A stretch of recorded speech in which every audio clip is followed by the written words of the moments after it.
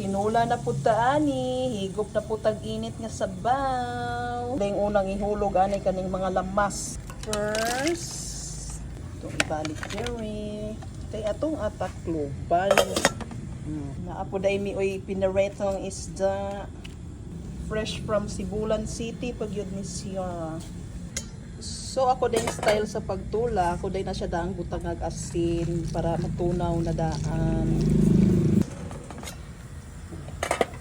Ito sa ni ukayon, kay mabutangan naman gud ni og isda, maglisod na taog ukay. Kay madugmok ang atong isda dry. Lahan na nato siya. Para humot kay itong tinula, kung bitoon, yun nato naglamas. Oh, kay ni bukal naman, ato nang ilunod ang mga isda. Oops. Pagkagwapas among tinula, Roya Buyag. Higop tag-init sa baw, sa panihapon. Perting humuta na lang jud kayo. Wow, tinola, pasabaw ta ninyo. Munang galuto kong tinulang isda kay kuning pahigupon. Mainit nga sabaw kay gikan pa ni Manila eh. Welcome sa amuang palasyo.